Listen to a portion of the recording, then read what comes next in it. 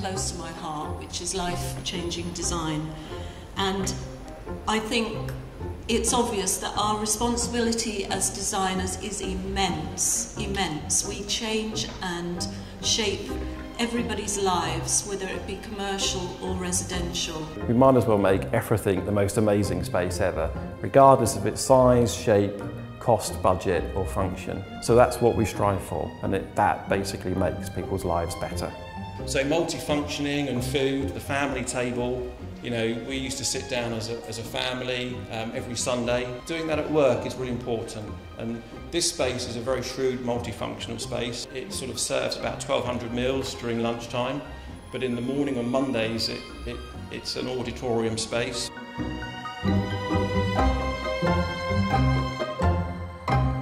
What interests me is whether an understanding of where things come from in our houses, and even the most mundane house, of where the decorative elements derive from.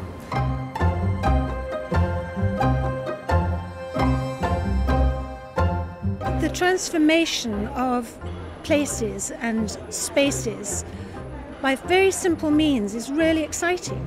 That you can change people's behaviour or the way they live their life is quite extraordinary. I think it's the ability to see how colour really does change the way people respond to spaces.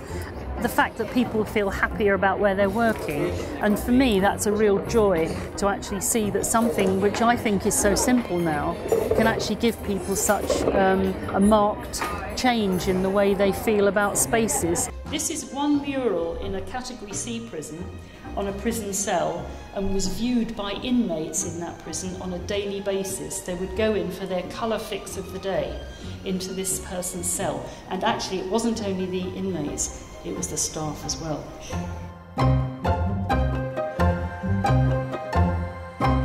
What really excites me about life-changing design is that the designer has an opportunity to change actually the way a human being lives. Life-changing design surely has to be transformative. It means that it transforms us, it transforms our world, it transforms our commerce, and it makes us happier. How do we know that we matter and that I am respected and trusted and that I'm valued, and that when I go to work for a big firm, I'm not just a number and that I matter? How do I design an environment that allows for the employees to do that? We found if you care for the carers, then they will care for the patients. Design empowers the other or reinforces it, doesn't determine the other.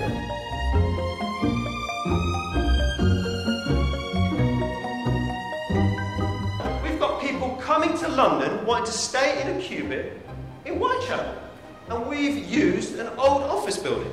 And I think, again, positive change relative to brands, relative to guests, comes through having character.